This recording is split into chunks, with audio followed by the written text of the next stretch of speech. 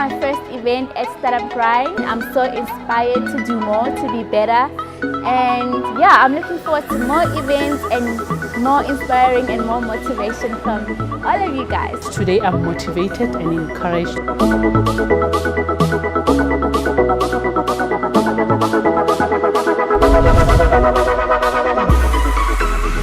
Welcome to Startup Grind. Thanks for having me. I'm so excited, actually. Pleasure is all mine. Are you live?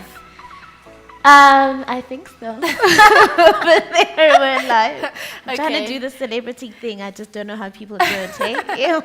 Wow, I'd actually like to thank you for agreeing to come to Startup Grind at such a short notice. As you all know, I sent out a communication this morning that the guest that we were supposed to have, she had to travel urgently, so we had to get somebody quicker. She was actually going to be coming on to Startup Grind in August. So and then I just called her and said, hey, do you mind coming to Startup Grind next week? And she was like, yeah, sure, I've got, I'll come through. And I'm really, really grateful for that. Thank you so much for that. It's a pleasure. Thanks for having me. And just to kickstart, at Startup Grind, we always start with where you from, where you grew up.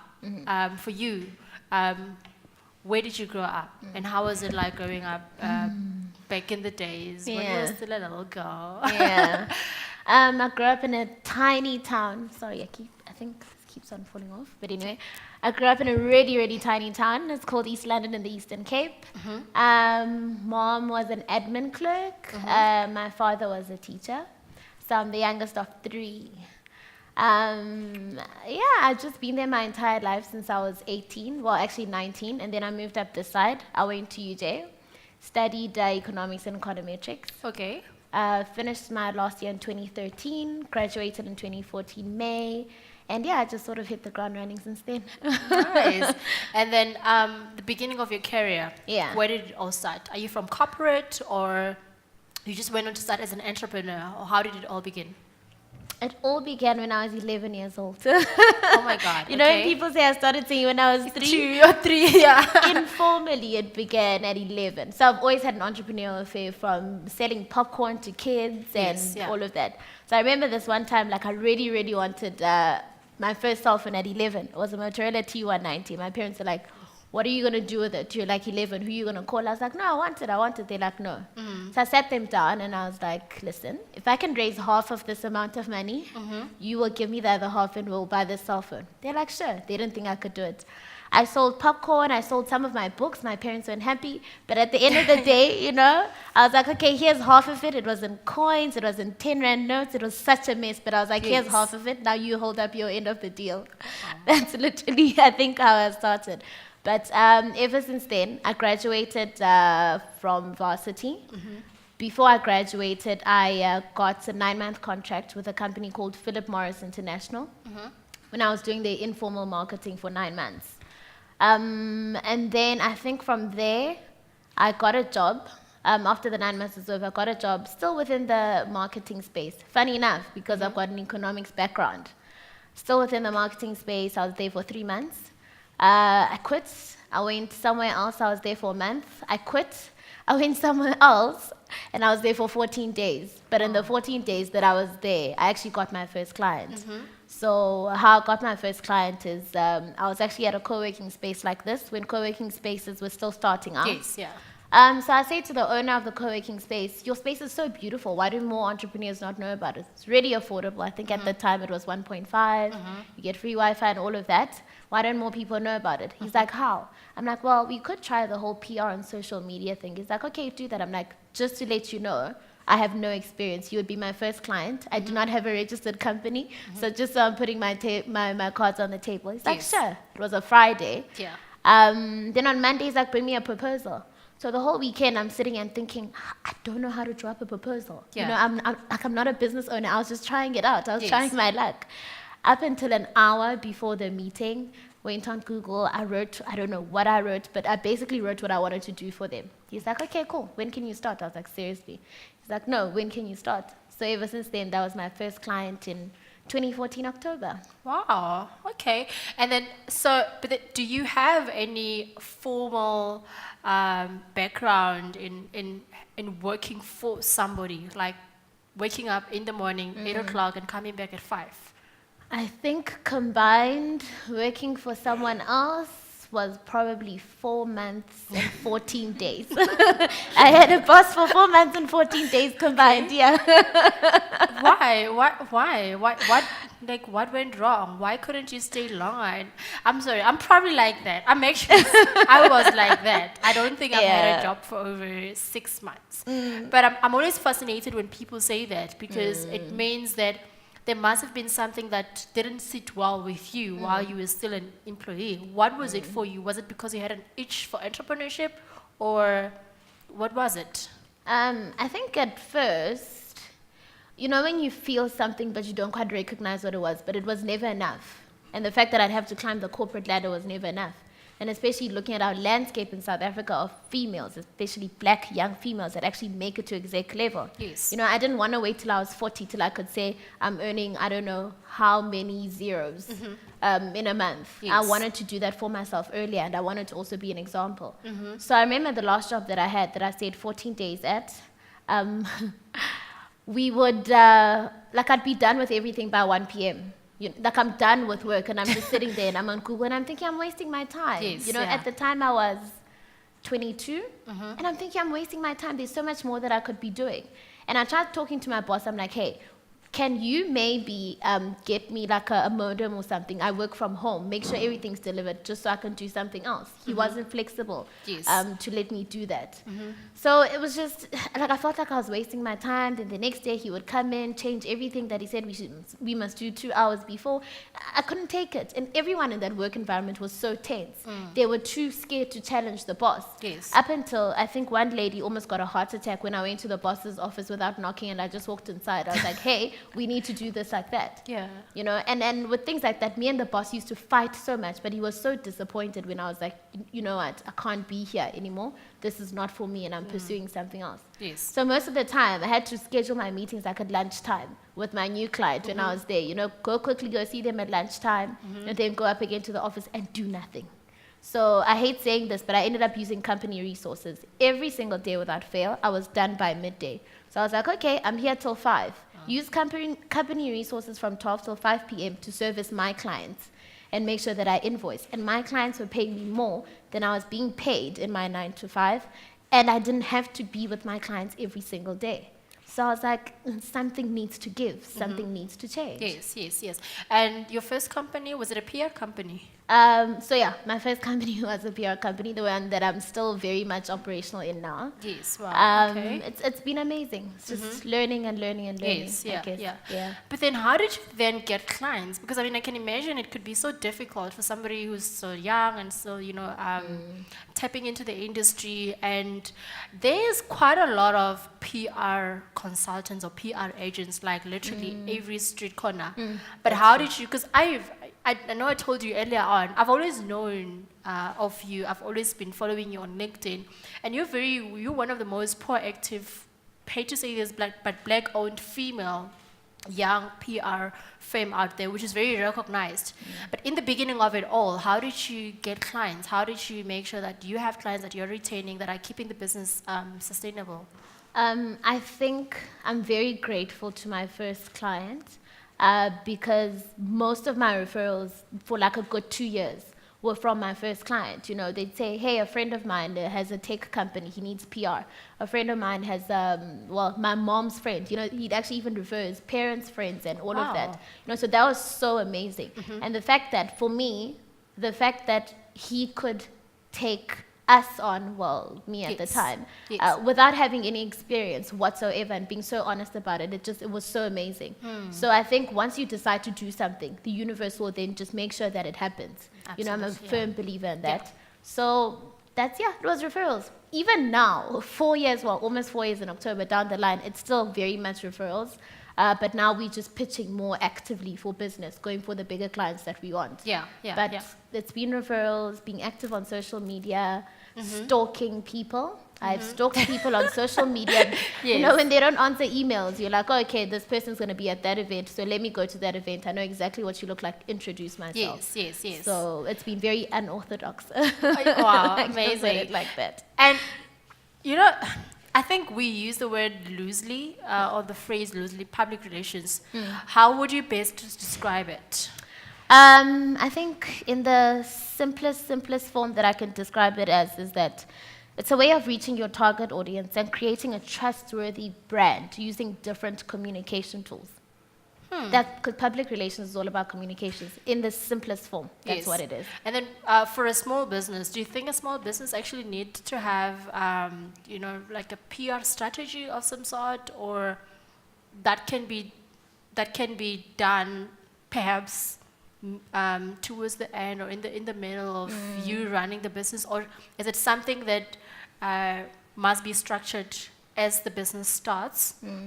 So, I don't know, how many of you have seen business plan templates? I'd like to think most people in the room, right? I think everyone here is an entrepreneur. The first thing you think Right, of is that's like looking I'm for getting a bit worried. No one's putting their hands up, right? Yeah. So one of the categories, so they different categories, right? And then one of the categories in your business plan template is public relations and marketing, right? So first of all, a business plan is not for external people. It's for yourselves. So if you're going to start a company, go through a business plan because it helps you, it equips you so that you know exactly what to do, what not to do. And you also see that if your product or service is feasible or viable. Yes. So right there in the business plan, it's got PR and marketing. So it wouldn't be in the business plan if it wasn't important from the get-go. Because then we work on things such as key messaging. We help you turn it down. So from the beginning, what is it that you want? Where's that lady that sells proudly African clothes?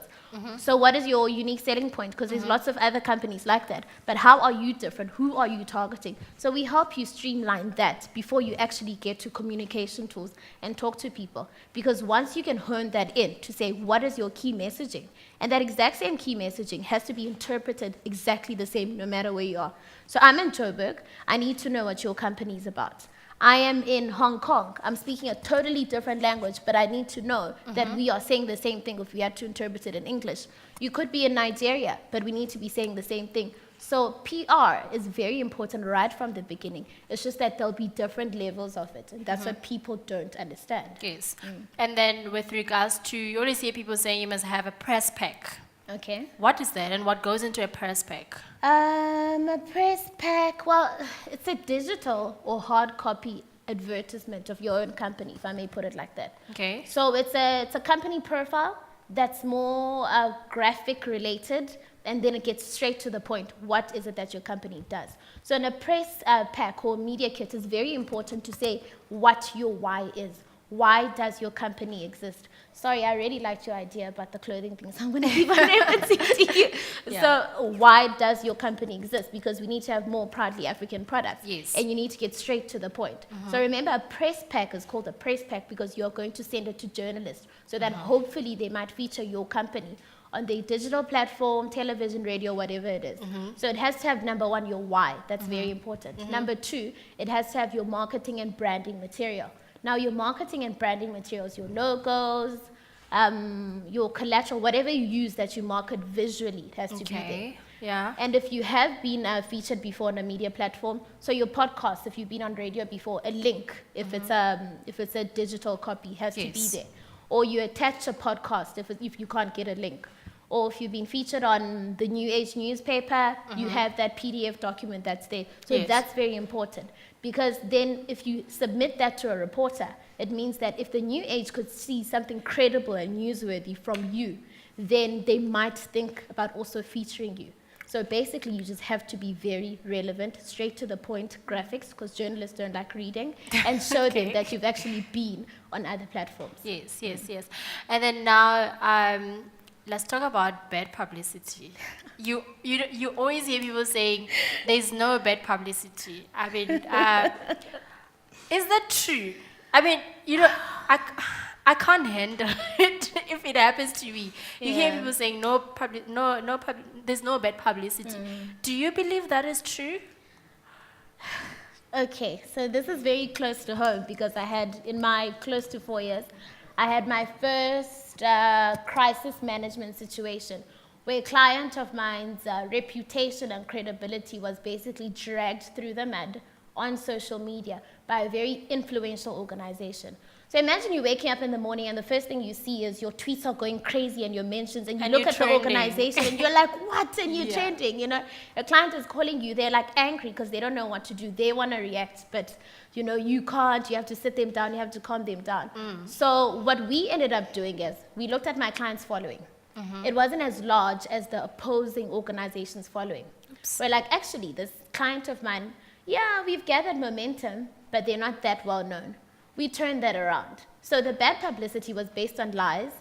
It was basically based on lies, and we could prove those lies very easily. So it was easy for us to hone in on the bad publicity and actually turn it around. Yeah. So now I think ever since then, my clients gotten about 1,000 more extra followers. You know, and we took a screenshot of exactly what happened, and we kept on. So then we ended up turning around the situation, whereas the opposing organization was now, you know, they were the one receiving the bad publicity, and my client looks like an angel. So depending on the circumstances, I think, but you can always turn things around. If there's already bad publicity out there, you might as well work with it. You can't take it back. Even if you delete tweets, you can't take it back. You know, someone's going to take a screenshot of it. So that publicity, I just think you must be smart about it. But how do you clean it up, and how do you move on, like, from that? How do you? Because now with social media, with the internet and all that, the information remains online. How do you make sure that you overlap the good information about the particular person, so that there's not a lot of bad information about that person? How do you clean it up? What is the easiest or some of the easiest ways to clean it up? First of all, you need to acknowledge that it's there. So let's say someone says that this wine is spiked with cocaine, which is not true. It's not true. Next time, give an example about somebody else's product. Which is not true at all, right? So then, like, you know that that's not the key ingredient, right? So own up to it. Be like, okay, so apparently so-and-so said that my product had cocaine in it. We know it doesn't have cocaine. Like, back it up. Give us the ingredients. Tell us where you source it from. You know, drag it as much as you can and give it time to breathe. You know? But that's if you're not in the wrong and you actually attacked. But if you are in the wrong and, I won't make an example. Please try find another product. Let's just create a product from nowhere. Let's say that someone said that this was proudly South African when it wasn't, and they're busy selling tablets and they rebranded, and then we find out that it's not the truth. Then own up to it. I would make an example with our minister and a scandal that he had last year, but I won't bring it up. I'd be too controversial. But own up to it. Be like, okay, guys, like, I was in a tight corner. I needed the publicity, you know. I'm sorry. It's an Apple product. You know, just own up to it. And the thing is, you have to know also the climate of of the area that you operate in. South Africans are very moral. And they're also very forgiving. But once you open up and say, this is what I did, I'm wrong, I'm sorry. You know, so this is the issue with our previous president. Okay, oh God. This is the issue with our previous president. You know, give it to us. He didn't want to own up. That's why so many people were angry. But had he said, okay, I did X, Y, and Z, but you guys are blaming me for this that I didn't do. You know, we'd be more forgiving. So if you are in the wrong, own up to it, don't avoid it, be the bigger man, and then move on. You'll see that people will actually start praising you for it. Oh, you were so honest, you know, the way you handled that situation. So, yeah. So, like, I've always been asking myself this question. So, somebody who's not that well known or popular, or the company is still a baby, do they need to, in case something bad happens, do they need to have like a press release or a press conference or something like that in case something happens? Or is that only applicable for like big businesses? No. So with us, before the situation happened with my client last week, we had actually released a press release about that specific statement. So my client is not that well known, but that incident that happened, we managed to be like, you know what, we have things such as social media now, so it's not even like you must call a press briefing. We put together a press release, we put it out. So that by the time the scandal broke out, which was late last week, we could then refer to it. So we then took screenshots of the press release to say, hey, we actually said X, Y, and Z first before you guys came with your lies. So therefore, we are able to back it up. So I mean, press releases well, press conferences are not necessary if you're not that big. Seriously, okay. all you have is social media. You put it out. You just Yeah. put it out on social media. Okay. And that's it. You always need to have that communication, no matter how big or small you are. Yeah. And actually, that's how companies and brands organically grow, by constantly communicating, which is why PR is so important. Oh, wow. Amazing. Do you guys have any questions? Yes. Hi, I'm Tabo from Choice Recruits. Choice Recruits was here today. I want to find out, what do businesses need to know when they're engaging with PR companies? I mean, what do I need to come prepared with? I mean, what do I need to be informing you? Or do I say, hey, here I am, and you just do your magic? You need to tell us what you want to do, firstly. I don't know how many inquiries I get, and people are like, oh, so what can you do for us? Okay, but what do you want? Yeah. You know, do you want to maintain communication with your stakeholders? Do you want to get new clients? Do you want to expand in certain areas? You know, so then, and also most clients don't know exactly what it is that they want to do with PR. So we have to throw around a few questions. So over email, we might throw around a few questions of which we can get a better sense of exactly how we can help you. But you need to, according to your business development goals, actually, let me put it like this. You need to tell us what they are. That in the next 3 months, I want to expand in KZN, or I just want to maintain the clients that I have, or I just want to communicate better, you know. So you need to tell us, according to your business development goals, then we align those to our PR services, because there's a range of PR services. You could either take all of them or some of them, depending on what your business development goals are. Amazing. Wow. You can ask another one, yeah. And then I wanted to find out, in terms of your business, do you then, I mean, in terms of engaging with PR, is it something that we used to do over a long term, or we can say maybe, can it be a month, 2 months, 3 months? How does it work? So with us and our company, I'm guessing you're talking about contracts and retainers and all of that. So with our company, we have a minimum of a 6-month retainer, which is paid monthly. So you don't just pay like a huge chunk. So it's from 6 months and upwards. Because to be realistic, you only start seeing the results of PR from about 9 months. So if you try us out for 2 months, you're like, it doesn't work. Yeah, but it might also be your fault. Maybe we need to then break down. So also what we do is that we do an audit first of your company. On your website, what is your content saying? Are you being as clear as you possibly can? Are you sure you're targeting the right kind of targeting audience? How have you been getting your clients, and so forth and so forth? So it's a good 2-month auditing process before you even begin to talk to any stakeholders, external stakeholders that is. And then from there, we can then identify who are you supposed to be talking to, how, and on what platforms are you supposed to be using. Then from there, we've devised a communication and PR strategy, and we can run with it. But our minimum is 6 months. I would advise you, if you've taken PR for the first time, to stick it out for a year. But also, if you are a bit hesitant, we do have consultations that last for up to 5 weeks, which then after that 5 weeks, you can decide to take on a 6-month retainer, or you just decide you don't need it. Wow. And on that, I'm also very interested about when we're starting out new businesses or as new entrepreneurs, we never really have enough budget for PR and all of that. Are there any old traditional methods that we can use without having to, while we're still trying to build momentum in our businesses, without having to pay an external PR consultant? What can we use? Social media? What is it? What works? Luckily, I think everyone here is on social media, whether it's Twitter, Facebook, or Instagram, and look at the reactions when you post a certain picture. Take that, adopt it to your company. I mean, your company or your brand and your service is a person, essentially. That's how you should always view your company. So then, how old is your company? Yes. Is it like a middle-aged man? What race is your company? What do they watch? Who do they hang out with?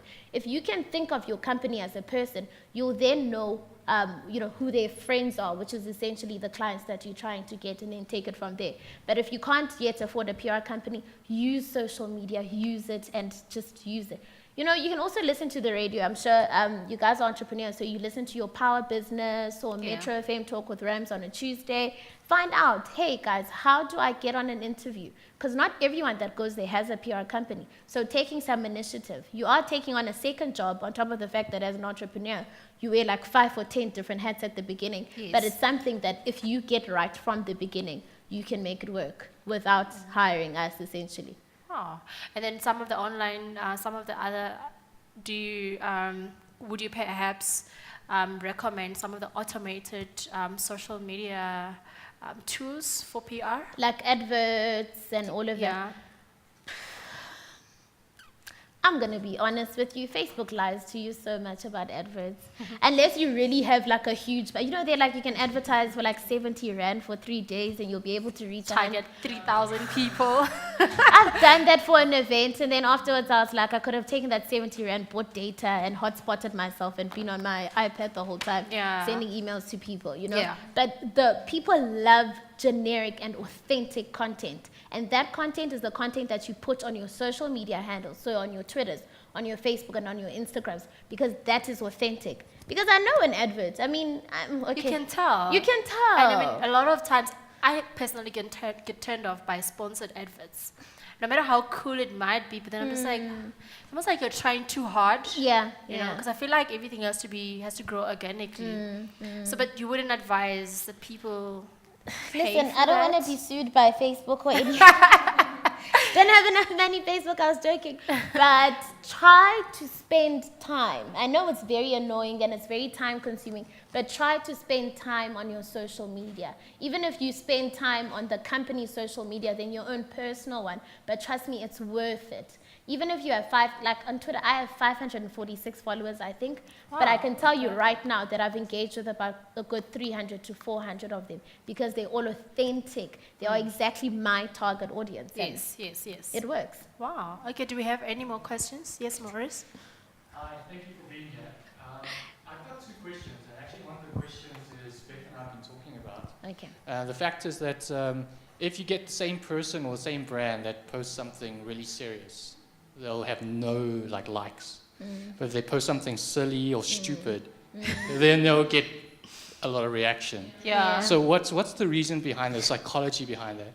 And the second thing is I'm very interested to find out more about the difficulties that has been in your business, like other than conducting it. Psychology, I mean, people don't always want to be serious the whole time. We want to joke around and laugh, you know, that's it. But then it goes back to what I was saying about myself personally having 546 followers, which is not really a lot when it comes to Twitter.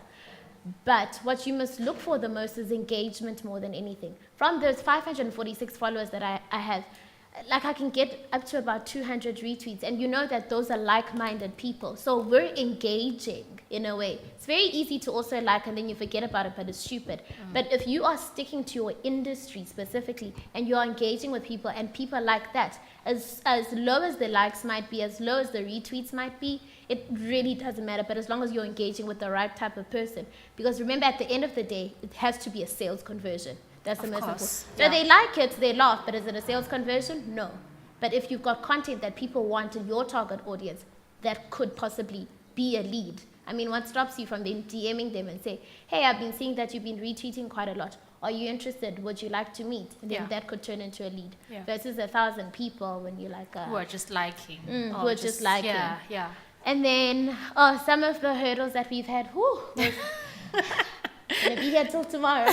But I think access to capital, I don't want to lie. At the beginning, I think that I sort of understand why companies struggle to get capital, because you yourself are not sure, so there's a lot of risk factors involved in all of that. But I think you get to a point, like I think where we are now, where you need the growth capital, and you literally can't do things that you're supposed to do. Because as an entrepreneur, you start off the first 3 years or 4 years doing everything. You are the accountant, you're the lawyer, you're the everything. But you get to like about 4 to 5 years where you need to actually focus on your role, which is strategy. A business owner's primary role and the most important role is strategy. You need to be the eagle looking over the company and saying, hey, it looks like they're rezoning there. What can I do to make sure that I'm protected? We're not supposed to be in there saying, hey, there's a water leak, whatever. The day-to-day operation, that's not us. So I'm feeling that's the pinch where I'm feeling at the moment with the growth capital. And other than that, Growing is scary, man. Yeah. More than anything, because now you've been using the same formula for the past 3 years, and now that formula no longer works. You need to get bigger clients. That 150K that you were getting per month, that at the beginning you were like, whoa, this is so amazing. Now you've got other expenses, because as you grow, the more expenses that you have, and you have to have a certain profit margin that you are maintaining or growing. So, I mean, just growing in general. And having a really good crowd around you as well. Yeah. I think that's some of the challenges that we face as entrepreneurs. And it's so important to have the right kind of people around you, because they could be your downfall, or, you know, the reason you soar higher and higher. Yeah, I totally agree with that. Do we have any more questions? Hi. First of all, I wanted to say thank you so much for the chat. It was really, really very informative. So I guess on the topic of like bad publicity, rather than something happening to cause, you know, damage control and things like that, from my industry, I feel like it's kind of started off the mark with bad publicity, because I'm a recruitment agency. So generally, as I'm sure everyone here can imagine, when people hear the word recruitment, they generally cringe. So my question is, do you have any advice for an industry like that that's automatically viewed as negative, often, you know, dishonest, you know, untrustworthy? People don't want to engage with you because they think you're like everyone else. In my situation, you know I'm not like everyone else, but it's just delivering that message to my target audience, both the candidates and the clients, to say, actually, I'm not like everyone else, and I actually do care. A really good question. Yeah. But, you know, if I say like, oh, I'm the recruitment agency that cares, I sound like I'm just everyone else. Yeah. No one really believes that. No, that's true. So, I think our industries are actually quite similar in the sense that, oh God, I think some of the PR clients that have been getting, they're like, yeah, we got a PR agent, we paid them up front, and then they never delivered, blah, blah, blah, and all of that. So I feel you completely on that one. But so what we often do in PR is that we change our wording. We're saying the same thing, but different words. So there's nothing that, I mean, it's 2018 now. People are just disrupting everything. So why not disrupt what you call recruitment? You could use a synonym, you know, but it still means exactly the same thing. So when people ask, so when you tell people about it, they might be like, oh, what's that? So the moment someone asks a question, then now you can reel them in and you can talk about your unique selling point. So changing a name, maybe instead of saying recruitment, using some other name that means exactly the same thing. I'm in PR, we use this all the time. People are like, wow. I'm like, but dude, it actually means something. You know, it means the exact same thing, but we just change the wording. And also what I found is that it's not enough to always try to sell to clients. You need to give a free service in a way. So recently what we've done, I think in the past 6 to 9 months, we've had monthly newsletters that we send out. So we send them out to our clients, we send them out to media, we send them out to just random emails that we've been collecting a database of, where you know, we update them on what's going on with our company activities. And right at the bottom, we have tips. So we're basically giving away free PR tips. So exactly, which is what I did here. If you don't have a budget for PR, then find out, you know, just you don't have to necessarily pay for everything. So you're giving them free advice. And what that does is that you're luring them in bit by bit. So this then also filters down to your social media.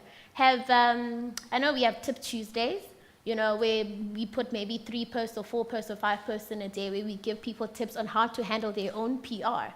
You know, and people actually do it, and it's such a psychological thing. They follow your tips, then after 2 months they're like, oh, this is too much for me to handle. I need your help. Then I need your help. That's where we come in, you know? It's actually great. It's actually great because you somewhat become like a thought leader in that industry. Exactly. And I think because people now warming up to you, they respect your opinion on that particular subject, and literally you're the first person they're going to come to if they need help when it comes to that. I love that. And I actually do get your you get my newsletters, right? I love them. I absolutely love them. Are you taking the tips though? I am actually. I am. So love them. Like that, free advice, and also creating the demand, you know, we're in a, the economy is changing so much and how the world is working is changing so much that you need to create demand for your own product. How do you do that? You host events. So why not put everyone in the recruitment industry together in one room? Either finance it yourself or find sponsors or whatever, and just chat. Hey guys, we're having so many difficulties within our own industry. Yeah. How do we, how do we tone it down? How do we create a good image for all of us? That's one of the things that we're doing. We're doing PR. It's called PR and Stuff workshops. Where we bring in people who don't know about PR and we educate them about PR, and it's free.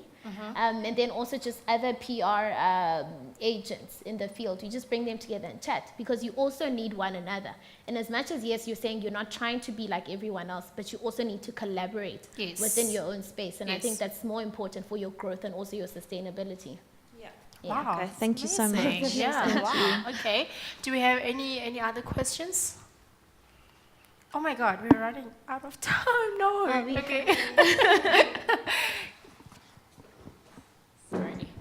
Sorry, I know you're running out of time. Hey. Hi. I just wanted to find out what exactly is the difference between PR and marketing. So if I had to hire a marketing company and not a PR, or if I had to hire a PR and not a marketing company, what kind of difference would there be in the services offered? Okay, so what we're finding now is that the one can't survive without the other. So we almost, PR and marketing, we need each other now. But essentially what PR does is that we expose you to media platforms. So we give you a chance to tell your target audience exactly how you would like to tell them through media platforms. Whereas marketing, we sit down, we plan it, we write content, and that same content is regurgitated in a way through advertising. So it doesn't really change. But PR gives you more room for you to be able to explain fully what it is that you want to explain to your target audience, and it can change over time, but keeping your key messaging constant. I don't know if that makes sense. So PR is more of, let's say if you were our client, you would put you on media platforms such as radio. You'd go on Power FM, you'd go on Metro FM, you would chat about your company or indirectly sell your company. Whereas with marketing, it doesn't give you those media platforms to chat freely about, but rather it's content that's put on, whether it's a digital blog or if it's on a banner. So marketing and advertising go more together, and for them, it doesn't really change. So once your marketing approach is like that, for that 6 months, it doesn't change. Whereas with PR, you can change. It's more dynamic. Wow. I think it makes sense. So I'll get back to you. I always hear people saying that you must have a story with with your business. If I start Rebirth must have a story on how people can perceive my company. Okay. How do you make sure that the story is real and authentic and doesn't sound like you're actually trying too hard to sell it out to whoever your audience is? Okay. So as I said right from the beginning, PR and marketing are very important components. As you've seen, it's got its own category in the business plan. So that's when you need to decide what makes you unique and different from everyone else. What are your long-term goals, mid-term goals, short-term goals? What do you want to achieve? Another company might be similar to you, but it'll never be exactly the same. So what makes you different? So then we sit down and we formulate that story, focusing on that unique selling point, because it's that unique selling point that's going to get you clients. Yeah. So, we'll try as much as we can not to use cliches, but also make it very authentic to you. So also you get some instances where the business owner wants to be kept separate from the company, and some of them want to be married together. So with our company, I've taken the approach where the company and myself are basically the same. So the company is called Unorthodox because I am unorthodox. Therefore, everything that we do has to be extremely different and weird, and people have to be like, what's wrong with these people? But we've grabbed their attention either way. So right from the beginning, you need to sell us what is so different about you. We then put that in a story, we make it relevant, we make it newsworthy, we make it current, and we then put it out there. Wow, amazing. Wow. I saw you raised up your hand. Are you satisfied with the answer? You good? We good? Okay, one last question before we leave. I actually want you to tell us about your monthly women's event, entrepreneurial events that you host. But then let's just take one question around the subject of PR before we close it. We have a live question. Yay! Yay, we have friends. Okay, who's the name? Who's that? Fahima is asking, can we get more information on PR Unstuck? On PR Unstuck. PR Unstuck. Okay, I have no idea what she means or he means. PR Unstuck. What could that mean? Or maybe our company. Let's just assume that's what she means. Fahima. Yeah, I know Fahima by the way. She's one of our regular attendees at Startup Grind. Then I probably know her too. I probably have her on On social- LinkedIn. on Yeah, she's very LinkedIn. active on LinkedIn. I think she's got a So- water brand or something like that. Yeah. I think I may know her. So Fahima, if you mean unorthodox PR and media group, we're rebranding at the moment, so our website is down, but we're very active on social media as at unorthodox_PR. On Twitter, we are at PR_unorthodox. And then on Facebook, we are unorthodox PR and media group. And then all our contact details should be there. Drop us just DM us. We'll add you to our database, and yeah, we communicate a lot. So just be ready to be bombarded with a lot of information about us. So I hope we answered your question, Fahima. Oh, nice. Great. Another question? Hi. Hi. Do you have special rates for young Startups. entrepreneurs? For us. For the entry-level entrepreneurs, eh? Do you have special rates, or is it like a standard fee across? I the wouldn't board? call them special rates, right? So, okay, let me just explain to you how we work. So we work according to your capacity. So we currently have capacity to operate in South Africa. We've recently partnered up with, we've set up a satellite office in Zimbabwe. And then in the next 2 months, I hope to God, in Nigeria. And then we've got ties in the UK. So it depends on you as a company. Do you have capacity in Johannesburg only? So therefore, we would just focus on Johannesburg. So that attracts its own retainer.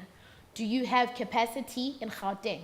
Do you have capacity in South Africa? Do you get what I'm trying to go with this? So the more reach and more capacity you have, the more the retainer will be, because it's more work. But it just depends on where you want to be, where you can reach, and where your service or product can reach. We then price you like that.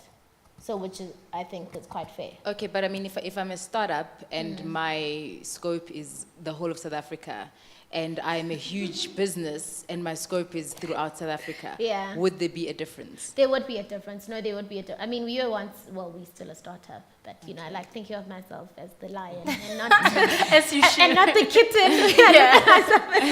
Yeah. So, no, we do. We work with you. Because also remember, you might be a startup with reach all over South Africa, but you don't need all of our service offering and everything, you know. So it would depend. It would be tailor-made specifically to you and what you would want at that specific Okay, point and then in time. second question, what book are you reading at the moment? Ooh. So again, what was that? What book am I reading at the... Why? nice. Do you think there's a certain book that I'm No, wanting? not at all. Okay, no, we safe. So I'm reading 2 books at the moment. The Alchemist I finished Nice. over the Easter weekend. It took me 3 days to finish it. I was just like, wow. Yes, And I yeah. think actually every entrepreneur should read that book if you guys haven't read that book. Absolutely, yeah. It's so amazing. Yeah. That book, I finished reading it 3 weeks ago. And then the book that I've been reading for the past 2 years, I don't know why I can't finish it. It's a good book. It's called the 50th Law by Robert Greene. So maybe you guys have heard of 48 Yes. Rules of Power. Yes. So he collaborates with 50 Cent, and then he calls the book the 50th Law, and it basically focuses on fear. So it's one of my most problematic things. And I'm too scared, I can't do Yeah. it. So it's just overcoming fear. So I think that's why I'm taking long to read it as well. It's like a step-by-step, okay, let me implement this. Digest it.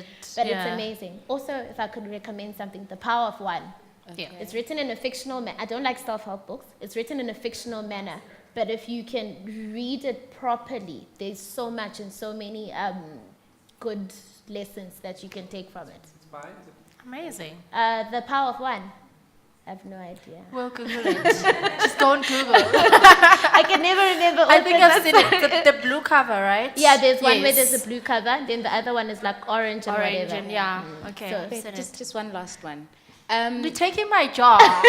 Hey, I know that. It's okay. Go ahead. So as a newbie, 3 years ago, 4 years ago, how did you psych yourself up to actually, get the big deals and almost feel like a thought leader in your industry. I mean, even now, some would say, but there's people with 20 years experience and you've only got 4. What qualifies you to say, actually, I can stand and host events and have people come around? And, what gives the confidence to say, I can actually do it? Okay. So number one, I've got a very close relationship to God. If there's one thing, no matter what it is or who it is that you believe in, make sure that you believe in that being 100%. Yes. I actually think that all religions are the same. The foundation is the same. They all say be generous. They all say whoever the goddess loves you and they forgive you and whatever. But if you can focus your mind on whatever religion it is that you believe in and you practice fully, you can't not get that confidence, because you realize that opportunities aren't through people. It's from God, and then God then uses people to give it to you. So you're not going to go around kissing people's asses. No. If you're good with God, God will make your enemy, sorry if I sound like I'm preaching. It's okay. No. But they'll make Hallelujah. your enemy turn around, and give you business. So that's one of the things. And number two, it goes back to what I was saying about your unique selling point. Yeah. I believe that, you said there's a PR company in every corner. That's great, but we're still around 4 years later, 3 years later, and we're still getting good business because of our unique selling point. I believe that our company is one of the best PR companies that you could possibly get. And there isn't, there's probably like a milligram of doubt in my body, but I believe in it fully that we can deliver, and there's nothing that we can't do. Also, from when the company started, I've always had a vision of being Pan-African, which means that we must be able to do business everywhere and anywhere in the continent. And if someone wants to come from the US, if they want to come from the Middle East, they want to come from the UK, we must be their first contact point to say, okay, guys, how do we penetrate the African market? Nice. So just believe in whatever that it is that you're doing 110%. And I promise you, nothing will be greater than that. Do you have a mentor? I started. I'm sorry. I actually Please started. take the mic away from her. We'll have a conversation. But I think I started realizing the importance of mentors this year. But funny enough, I only have one female mentor, and it's a Nigerian lady who's based in Nigeria, because Nigerian women work, guys. I don't know where they find the time to sleep. Maybe it's because of the population thing, But my mentors are mostly males. Women are too scared. We're too doubtful. We'll know that our retainer is 20K a month, but we'll be like, we can do it for 5. Yes, When you know that you can deliver, and even more than that. I agree. So males have taught me resilience. They've taught me to be aggressive. And they've actually taught me to just walk out of the room if I'm just not interested in what you're saying, without even saying goodbye if I want to. Because people are attracted to arrogance. People are attracted to arrogance. They're like, what is it about this person? And you'll find that someone will actually call you back after you walked out. Now, don't walk out on everyone, but it's like, like some people. If you really need to walk out. If you really need to walk out, you walk out. Because everyone's going to be like, why are you so confident? What do you have that you can walk out of my meeting? So as women, we're too nice, and we're like all fluffy, and we also don't talk figures. Men will meet at the bar and they'll be like, I need R1 million and give it to me now, Tomorrow they'll probably get it. But that's the stuff. No, let's talk. Yes. Have some champagne and some wine. No, let's get to the point. I agree. So having male mentors for me, especially in tough industries, one is a miner, one is in the financial services industries, and they own their companies, but they've toughened me up so much. Amazing. And your monthly entrepreneurial events for women? Okay, so those were called the Women's Youthpreneur Breakfast. Okay. How that started is, so imagine being in business. You're 22 years old. You look 19 because I'm short, so people are always like, I can relate. Sometimes even younger. You know what I mean? You're short, or you're either really tiny, so people don't take you seriously. So my first office space was an office space with was our first client. I don't want to give them free publicity. But they gotta pay for it, hey? They gotta pay for it. But they were our first client, and so we had free office space. So it was a nice co-working space. It was open. So it's funny that you see women don't like each other, but when it comes to the workplace, we'll all sort of gravitate towards one area, and we all become familiar with one another. So it was other female entrepreneurs that were also under the age of 35. Like, we'd sit and we'd talk about the exact same issues every single day. Now that gets boring for me because my attention span is not that great, and you can't keep on repeating the same thing. Yeah. So I was like, okay, here's a good, about sizable 15 to 20 female youth entrepreneurs. Let me just spread the word. Let me talk to my client. Our client sponsored our venue space. We sent out, well, I did what I do best, PR, and then other people came. So actually at our first event, we were supposed to have 20 female entrepreneurs coming through. We had 55. I don't know if you guys know of Lionesses of Africa. Yes. She started her platform on my platform. Melanie Hawken. Yeah. I even have a DVD to prove it. She's American, right? Yes, she is. Yes. No, she's okay. But I know she's not from South Africa. No, she's not from SA. Yeah. So she actually started her brand on our platform. So that was just inspired by, let's come together, let's talk, and then let's see what we can do. And then the talking got boring because we sit and we talk, but what's actually happening? So 2 weeks ago, I actually launched a women's network where the plan for that is to have female youth entrepreneurs. I'm sorry if you're not youth or female. Up to Sorry. to what age group does it end? Yeah. 35? Okay.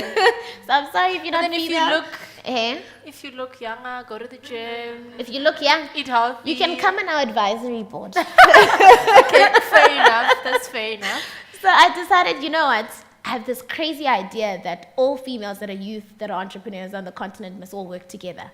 And then I don't know how I'm going to do it, but it's just going to happen. And we're going to have a database and contact details where we're going to do exactly what it is that we do for our company. Whatever opportunities that are presented are going to be funneled through the database. I don't know if you guys are familiar with Central Supplier Database, where if you want to do business with the government, you have to be registered on there. They have all sorts of nonsense paperwork and whatever. So we just want to create that database of 100 or 200 or however many women. We actually take it to government and be like, look, these people can't be filling out one by one. Here, we do the groundwork where we collect your tax clearances or whatever. We actually give it to the government to say, hey, but we give it to them as a network. So whatever opportunities that are there for female youth entrepreneurs Amazing. are funneled through us first. And then from there, they can be disseminated. Because we want to have renewable energy, we want to have medical, we want to have everything that we possibly can, all types of different industries, but just female youth entrepreneurs. Wow. So we want to spread it across the continent so that you can work with someone who's in Kenya. Absolutely. So that anyone can work with anyone. Yeah. And we verified it and we've authenticated it so that we know that if you are based in Ghana and you're based in Kenya, you're actually a real service provider. So that if she pays you, she can actually get, exactly what it is that she paid for. So we launched that 2 weeks ago. So I'm hoping to get some good numbers by August since it's Women's Month. So you're probably going to be hearing a lot of that on radio, print, and just everywhere. Because I have this crazy idea that women need to have their own economy. Because men are just taking over, and they don't want to give us chances. They want sexual favors to be exchanged for work, which is ridiculous when women work so hard. Yeah. So let's form our own economy. Let's be selfish. Why not? Absolutely amazing. Yeah. And just to wrap up on that, what advice do you have for female entrepreneurs or female aspiring entrepreneurs who think it's not easy for women to get into any industry that they want to be involved in or that they want to tap into? And they're so scared. Might be because of the obvious reasons, like, oh, I'm a woman. Oh, this is a male-dominated industry. What advice do you have for that kind of a female aspiring leader? Well, they're right to be scared because it's not easy. Yeah. It's not easy. Like, I think about some of the meetings that I've been in where I'm the only female there, and I'm like, I shy away a bit. I don't say anything. Oh, there's actually one meeting that I went to, and then it was all males, and they were like, so who's your boss? Like over here, because you've only corresponded over email. So that was terrible. It's not easy as a woman. You have to work 10 times harder, 100 times harder to prove yourself. If a man after, I'm sorry for the men that are here, by the way. But if a man after a year's retainer is like, I feel like I did a good job, I've got the stats to prove it, he's not afraid to ask for a 15% increase on their retainer. Yeah. But with us, when it comes to money, I don't know, we shrink away, but we still want money from our partners. But when it comes to work, why is it that we can't ask for that money? Yeah. So be scared. You actually just be more than scared because you'll never really truly know what it feels like till you start. But if you want something that hard, then nothing will ever stop you. You know, I've been to meetings at 6 a.m. at the airport before where the guy just wanted to get into my pants, for instance. 6 a.m., guys, what time do I have to leave my house? These eyebrows take forever to do, you know? And then you're just going to come there and talk about nonsense, you know? Yeah. And also you can't just say, okay, I know I said before you could walk away, but I was younger. So I still had to put a smile on my face and be like, okay, cool, well, I hope to hear from you soon. And then I'm walking away at 7 a.m., leaving the airport, and I get home and I cry because I just wasted my time. Yeah, you know? it does hurt. And when you're starting out, you have such limited resources. For instance, I think my startup capital was 7,000 Rand. And from that 7,000 Rand, you need marketing material. You need everything. You literally need an assistant. You need all of these ridiculous things. So it'll always be hard. It'll never, ever stop being hard. And you should never, ever expect it to be easy. But you need to be more resilient. That's the only way that you're going to survive. Wow, guys. Please give her a hand. Thank you. So we've come to the end of our fireside chat. Unfortunately, we've actually ran over. Yeah. But we'll keep a lookout on your monthly women entrepreneurial events, and we'll obviously support you in any way we can. Thank you. And thank you for coming to Startup Grind. I wish you all the best with Unorthodox. I hope you just take it all over Africa, and I wish you all the best with everything that you're going to be doing in future as well. So, are you going to stick around for wine? Yeah. Of course. So do we have a winner for Twitter today? Okay, listen. I think she's just busy on the phone now doing the live recording. So I'm actually going to choose a winner offline, and then I'll...